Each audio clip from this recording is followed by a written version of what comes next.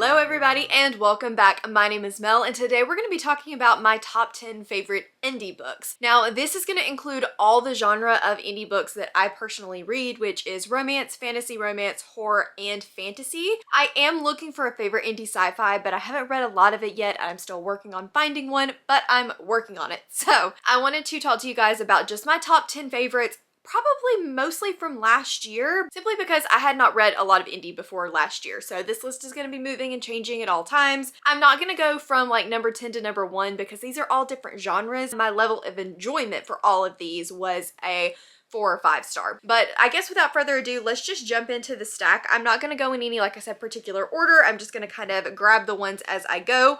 So first up, let's talk about Swordsman's Lament by G.M. White. This is a low fantasy story about a king's champion who gets accused of murdering the king's son and has to kind of get through all of that and get into some shenanigans to clear his name. This is a fun murder mystery low fantasy story that I just had a really good time with. It wasn't like an all-time favorite, but it was so much fun and I do continue to think about it and want to continue on with the series. So I definitely think that this needs to make the list of my top favorite indie. If you are somebody that is looking for a somewhat cozy fantasy without it being too cozy, and you like a little bit of mystery elements to your stories, I think that this one might really work for you. Next up, we have The Fall by Ryan Cahill. This is the prequel to novella to Of Blood and Fire. I personally think this does better if you read it after Of Blood and Fire, but you could read it before or after. I think according to Ryan, it doesn't really matter either way. But again, this is a classic epic fantasy series following a boy who bites off a little bit more than he can chew and finds out that he is a not chosen one.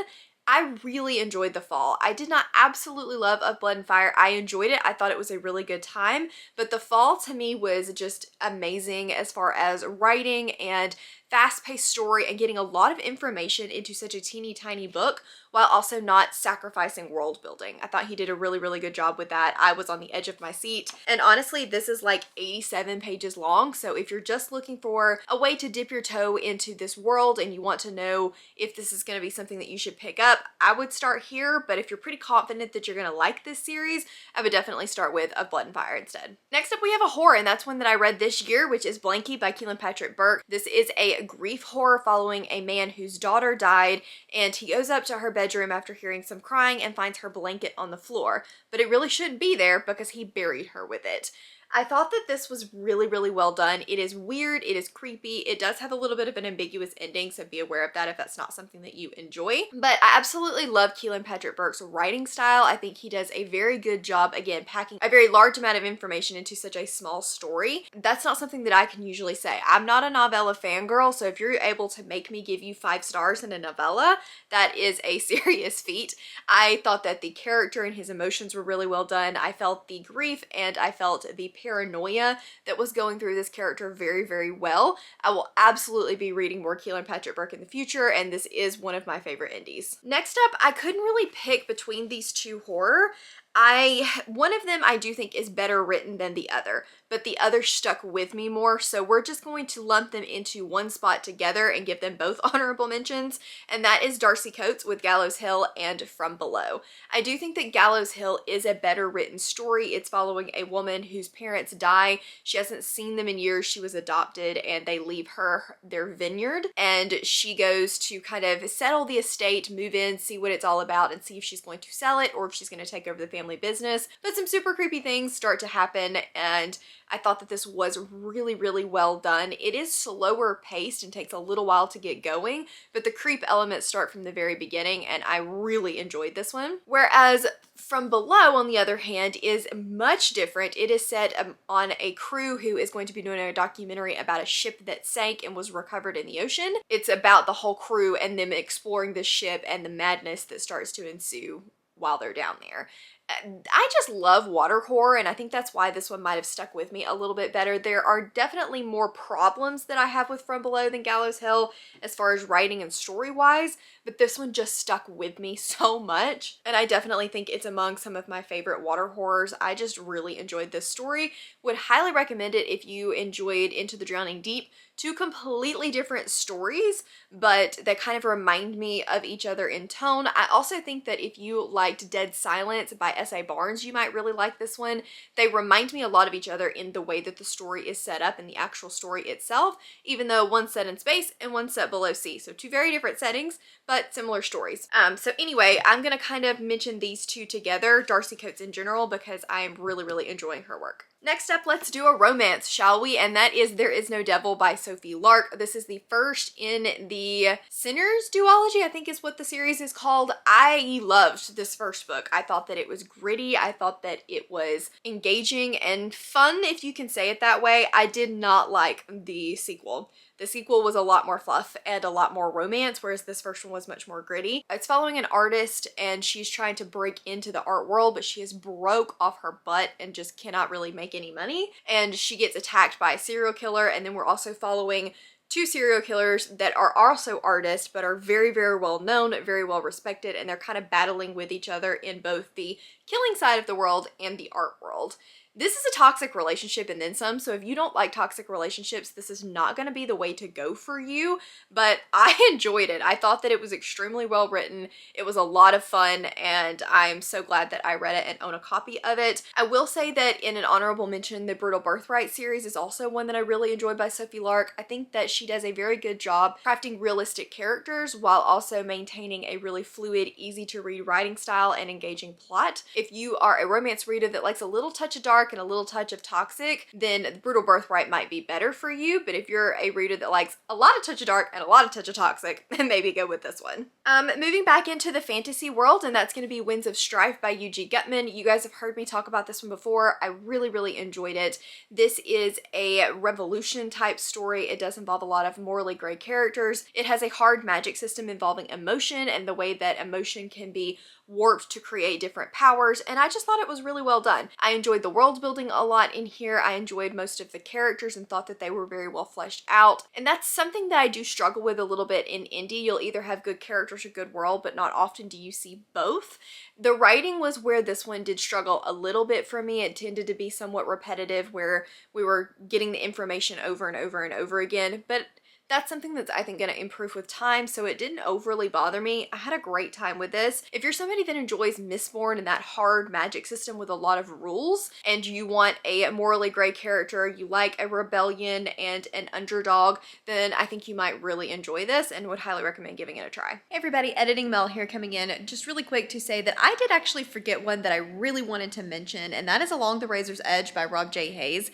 This is the first in the War Eternal series following Eska, who is a magician or mage that has been taken by the alternative forces army and put in a prison, and she's trying to get out of that prison. It's a really, really cool story. It becomes a lot more complicated than that. I absolutely love Eska's personality. She is very dramatic, a little bit of a bitch, but I think that she's just a really fun character's head to be in. I liked the first book quite a lot. It was a 5-star read for me, but the third book in the series was absolutely amazing. We have a companion that is actually quite cool in this story, so if you're a fan of magical companions, then this might definitely be one for you. But I definitely wanted to mention it because it was a 5-star read this year, and I can't believe that I left it off this list. Then let's talk about a couple that I don't actually own. The first is the Mind F series by St. Abbey. I feel like a lot of people have read and enjoyed this series over the last year, and it's not going to come as any surprise that it's a recommendation from me. It's about a girl who is a serial killer, and she is out to get revenge, and then we're following the guy that she starts to fall in love with, who is an FBI agent who is investigating her case. And I thought that it was extremely well done. People mention it being Criminal Minds with romance. Personally, for me, the romance took a back seat to the actual plot of the story, which is not something that I can usually say, and I quite liked that. I didn't absolutely love the romance and the sexy, smutty scenes, but I know a lot of people that did. I was much more engaged in her story and what she was going through. I will say that this book doesn't tend to pull a lot of punches, and it can be quite graphic at times, so be aware of that if it's something that might bother you, but it's a bind up. I will say that not all of the novellas are ones that I loved. Some I absolutely loved, some I didn't like quite as much, but the bind up as a whole is a favorite book, and I really think that it's not necessarily a series of novellas. I think that they are all part of one bigger story, so I'm gonna lump all of that in together. But again, if you like a toxic relationship, relationship and you like a little stabby stab in your romance, I think that the Mind F series would really, really work for you. Then we have Satan's Affair by H.G. Carlton. This is like a prequel novella to Haunting Adeline. And I was not sure about this novella when I first started it. It's a girl that is running a circus or a part of a circus, and all of her men that are surrounding her, and she kills people that she thinks are not doing right. This one, at the very beginning and probably for most of it, I was like, what the heck am I reading? I don't like this. I don't really know where we're going. This seems so useless, and it's just the romance, it doesn't really make sense to me. And then the ending happened and it made me reevaluate everything that I had just read. And I love when a book can do that, where you're just like, where's this going? I'm not real sure about this. And then the ending comes and you go, oh, that's where it was going. And I really enjoyed that. So I'm hoping that I also feel the same way about Haunting Adeline. I know that a couple of my friends have read it and not enjoyed it quite as much as Satan's Affair, but still had a really fun time with it. So I definitely want to read that one. I don't know which one you're supposed to read first. I didn't even realize they were necessarily related when I read them, but I do know that the events in Satan's Affair happen in Haunting Adeline. So if you want that, oh, that's what's going on moment, then maybe do Satan's Affair first. It is kind of creepy. It's not at all healthy, and it is quite graphic as well. As you can tell, there is a theme behind the romance that I tend to read and enjoy that is indie, but just kind of be aware of that going in. I would highly recommend it, and I think it's quite short. It's like under 100 pages, if I'm not mistaken. And then for two more of the physical books that I own, one is a fantasy romance, which is The Longing of Lone Wolves by Lana Petekrik. Not 100% sure I'm saying that right. First of all, this author is the sweetest, and second of all, I'm really, really enjoying these books. It's following Fae guardians who are otherworld creatures given the task of kind of protecting the magical world.